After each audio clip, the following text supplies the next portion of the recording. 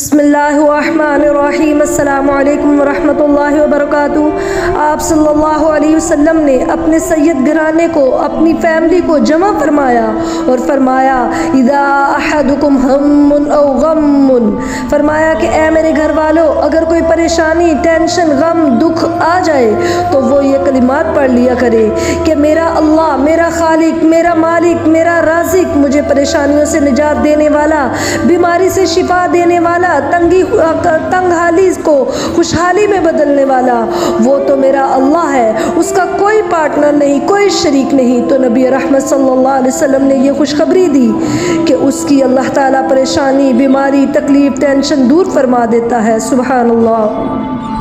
اور ام المؤمنین ہماری ماں حضرت عائشہ صدیقہ رضی اللہ تعالی عنہا کو خاص طور پر آپ صلی اللہ علیہ وسلم نے یہ وظیفہ بتایا، اور حضرت اسماء بنت عمیس رضی اللہ تعالی عنہا کو بھی یہی بتایا کہ جب بھی کوئی پریشانی لاحق ہو، کوئی بیماری آ جائے اور دوائی میسر نہ ہو فوری، تو وہ اللہ تو ہے نا، تو اس وقت زبان سے یہ کلمات ادا کرنے ہیں، اللہ اللہ ربی لا اشرک بہ شیئا، کہ میرا تعلق تو اللہ کے ساتھ ہے، میرا اللہ، میرا رب، میرا پروردگار میری ہر پریشانی کو جانتا ہے کہ میری کیا پریشانی ہے اور کہاں سے آئی ہے یہ پریشانی۔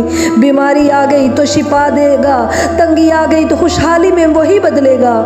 تو اس عقیدے کے ساتھ جب اللہ کو پکارا جائے تو وہ بیماری کو شفا میں بدل دیتا ہے اور غموں کو خوشیوں میں، اور اپنے بندے کی ٹینشن ختم کر کے سکون کی زندگی میں بدل دیتا ہے۔ سبحان اللہ۔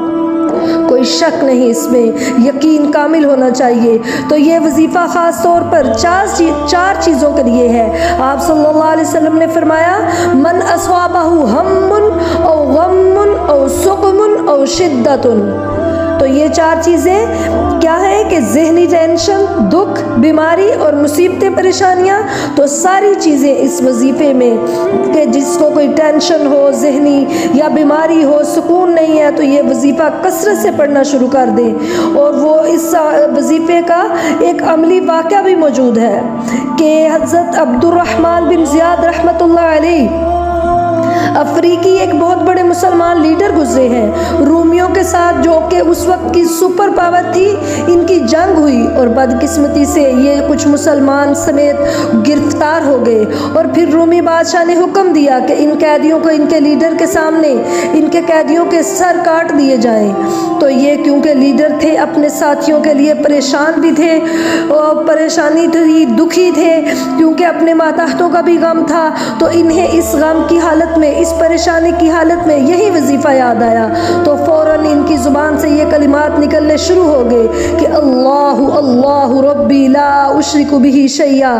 جب یہ دعا پڑھنی شروع کی تو رومی بادشاہ دیکھ رہا تھا کہ یہ کچھ پڑھ رہے ہیں، تو اس نے بلایا کہ اسے لے کر آؤ، یہ کچھ پڑھ رہا ہے تو لازمی کچھ خاص پڑھ رہا ہوگا۔ بلایا گیا تو پوچھا کیا کر رہے ہو؟ تو انہوں نے کہا میں وہی وظیفہ، وہی کلمات پڑھ رہا ہوں جو ہمارے نبی رحمت صلی اللہ علیہ وسلم نے ہمیں مشکل سے نکلنے کے لیے بتائے ہیں۔ تو اس رومی بادشاہ نے پوچھا کہ وہ کیا کلمات ہیں؟ تو انہوں نے فرمایا اللہ اللہ ربی لا اشرک بہ شیئا ولا اتخذ من دونہ ولیا۔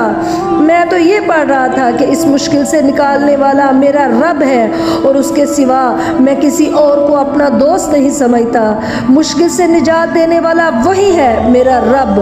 تو وہ رومی بادشاہ کہنے لگا کہ یہی وظیفہ ہمارے نبی حضرت عیسیٰ علیہ السلام نے بھی ہمیں بتلایا تھا۔ تو دیکھیں کہ کیسے مماثلت ملتی ہے کہ حضرت عیسیٰ علیہ السلام نے بھی، ان کی کتابوں سے بھی یہ دعا ملتی ہے، یہ وظیفہ ملتا ہے کہ اپنے امتیوں کو انہوں نے یہی وظیفہ بتایا، تو آخری دو نبیوں کا وظیفہ ایک ہو گیا۔ تو اس لیے لہٰذا آپ کسی بھی مشکل میں ہیں، آپ شرک و بدعت سے پاک رہنے کی مکمل طور پہ اپنے آپ کو پاک رکھیں، اور ساتھ یہ دعا پڑھیں عملاً ایک تو عمل کریں کہ زندگی میں کوئی شرک نہ ہو، کی آمیزش نہ ہو، بدعت کی آمیزش نہ ہو، اور پھر یہ دعا پڑھیں کہ اللہ اللہ ربی، اللہ اللہ میرا رب ہے، لا اشرک بہ شیئا، میں اس کے ساتھ کسی کو شریک نہیں ٹھہراتی۔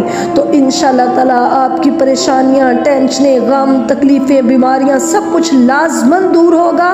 اللہ پہ یقین کے ساتھ پڑھیں، کیونکہ یہ میرے نبی، آپ کے نبی، ہمارے سب کے نبی، امام الانبیاء، خاتم النبیین صلی اللہ علیہ وسلم کی زبان اطہر سے نکلے ہیں الفاظ کہ جو ان کو یقین کے ساتھ پڑھے گا، عقیدہ صحیح کے ساتھ پڑھے گا، تو انشاءاللہ تعالیٰ اس کے یہ 4 جو معاملات اس کی زندگی میں ہیں وہ ختم ہو جائیں گے اور اللہ کا فضل ہو جائے گا انشاءاللہ۔